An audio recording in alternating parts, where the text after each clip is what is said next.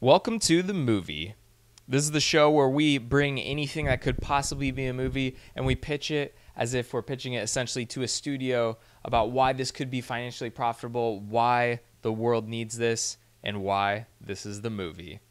Anyways, I'm going to get right into it with what I think should be the next movie. And a lot of people love Star Wars. It's huge in the news. It's huge, making tons of bucks. Solo comes out in a couple weeks. Will it do well? This is the real test for Star Wars. This could be the opposite of what Guardians of the Galaxy was for Marvel. So what do those things have in common? The next big space opera, Saga. If you don't know what Saga is, it's a comic book written by Brian K. Vaughan. It's an awesome comic book that has a lot of influence from Star Wars. Is really influenced by Star Wars. It feels like it, but also Game of Thrones. It has crazy deaths that you can't guess, and they're characters that you care a lot about. But they're not done in bad taste, which I would say. They're done in like very good taste, and it propels the story forward.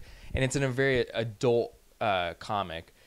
This is something I recommend anyone checking out if you like Star Wars. I think there's an issue right now with Star Wars, and we're going to see it once Solo comes out and the future films after that, is I actually realized this when I was watching another science fiction movie from last year that a lot of people forgot, and a lot of people just wrote off as being really shitty, and that's Valerian. Oh, okay. There's no, like in Valerian, I'm not saying that Valerian's a great movie. It just made me realize certain things about certain existing franchises that are just lacking. Valerian has the ability to like, kind of like, oh, let's think of a new technology. Let's do something new with it. Where like Star Wars, like, there's no new technology. You're telling me after hundreds of years, shit is exactly the same? They've never developed anything new? The spaceships are the same. The laser guns are the same. If anything, they're actually not getting as good as they were in the prequels. That's what I'm saying. Yeah, they're getting worse. Saying. It doesn't make any sense. Yeah. A lot of people like wanted to bring George Lucas back for the final film after The Last Jedi. That's obviously not happening. The good things about George Lucas was like he thought of new inventive like things. Maybe he wasn't there on the technology front, but there were like new worlds, new things to look at. Right. It didn't really work for the prequel because there's just too much new shit. Right, yeah. But I think that Saga could really change that. This is the franchise to end all franchises. This is literally what the world needs right now. Maybe it doesn't know it, but this is what we need. We need a space opera that's huge, that has magic. Harry Potter's still somehow making movies. I thought the books were over, and they're like, oh, let's just throw in some more wands and shit. Right. Yo, Saga has magic in it. So let's bring that to life. Saga is imagination. Anything can happen, will happen in Saga, and that's what makes it awesome. It's Brian K. Vaughan's always thinking of like new crazy things. There's so much like imagination dripping throughout it and just new ideas that this could really be like the imaginative blockbuster that I think we need. Everything is so still. They're making Jurassic World: The Fallen Kingdom. It looks exactly the same as the last one. Like, what's the difference? Oh, there's a volcano that spits lava. Oh, yeah. I've seen a volcano before. It's called Volcano, the movie, or Dante's Peak. I think it's a great idea. One of the things with Star Wars is it's geared towards kids. George Lucas always said, like, oh, I'm making these movies for kids and stuff. And whenever someone doesn't like it, we're like, well, it's not meant for you. It's meant for kids, but a lot of adults love it still. That's my favorite defense. The Star Wars defense. That's what I'm going to call it. The Star Wars defense. This is made for kids. Don't you know it's a kids movie? Yeah, you're being a little hard on it. Yeah, it was a kids movie in 1977. It should also grow up with me. You're right, yeah. You know?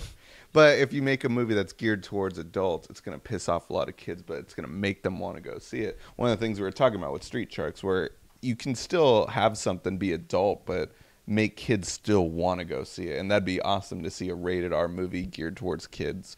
That's based off a comic book, but then all these kids are going to jump on like, oh, that thing looks awesome. Like, I really want to see it. So I think like it's definitely bankable and sellable. So I really don't know too much about Saga, though. I know that it's like, distributed by Image Umbrella, but what is the overall story or premise of it? So it's essentially a futuristic Romeo and Juliet. It's a classic tale, a tale as old as time, some would say. It's the story of Marco and Alana and their daughter Hazel. Basically, they're each a different type of alien race essentially. Marco has these like horns. He kind of seems like something out of a fable, but he can use magic. Like from his, I forget what exactly his race is, but his race uses magic, and like that, like essentially they're forbidden from speaking with his wife's. It's a tale of Romeo and Juliet. Like his wife's race, like they're not really allowed to communicate, and they've been at war for thousands of years. And it's a huge like galaxy with millions of planets and different beings that look entirely like crazy stuff. There's one character, my favorite character, Gus. He's like a baby seal. Like he's a cute ass little baby seal, and he has a best friend who's a walrus and shit that he like rides.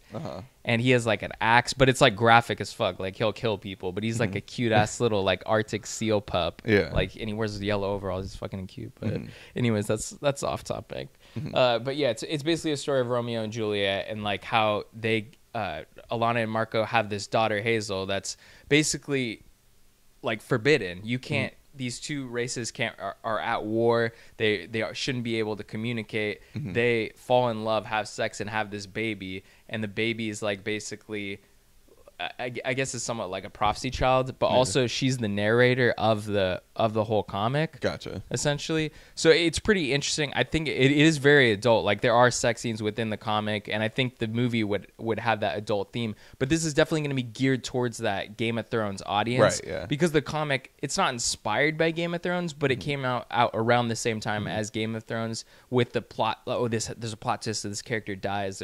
That was very important in the comic. You thought this character would have made it through the whole way, but they die. There's a lot of sex. It's very graphic in nature. And one of the most important themes, I think, in the comic that a lot of people... Star Wars. War is in the title.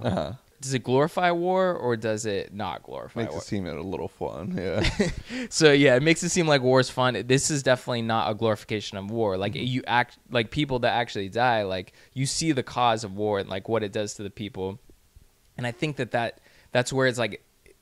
Not just as like, okay, you're thinking to me, okay, Saga is just a ripoff of Star Wars. Oh, it has Game of Thrones influences or something. Like, yeah, but it's very like multicultural. There's there's different races. Like you could ride that wave of success that Black Panther had. With that, there's a lot of like multicultural people in it, different races, alien and like human races, right? But also, you're wondering, like, okay, well, why would this be successful? It's another shit in space. Valerian just came out. That was a failure, right? Yeah, that was done off a 50-year-old or 70-year-old comic anyway, so it's not like anyone was there from the original fandom. Guardians of the Galaxy was thought to be a huge, like, it was a huge success, but it was thought to be a huge risk as well before they took that venture. It's similar to, like, Guardians of the Galaxy. It's in space with all these new planets, all these new things. I think that this would be...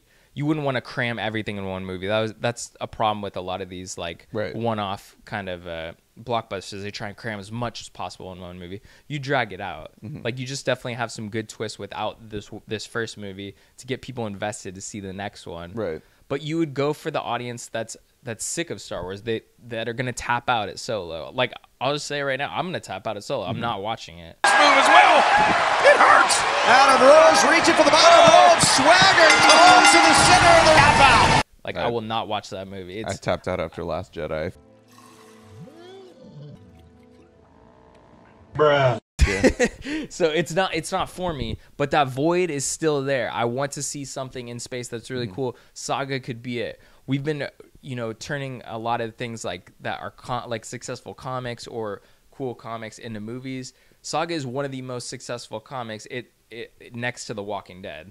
I mean, it's the same label as Walking Dead, and Walking Dead is the most popular comic. Everyone reads it, but pretty much everyone that reads Walking Dead does read Saga because they know it. That's where you're gonna go for an original story that's very entertaining and has just great writing, like some of the best writing in the game. So I think that this could be really financially profitable just from that comic audience. Not to mention, with Guardians of the Galaxy, I don't think it was just Marvel that made it popular.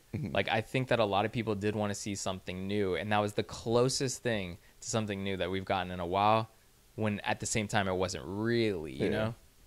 It was, I remember, like the first movie that felt like Star Wars before that we ever saw any clips of The Force Awakens at the time. So I think that like it had that hype going into it. So I'd love to see another like Space Odyssey movie. 2001 specifically, but I think it's called Space Opera. Yeah.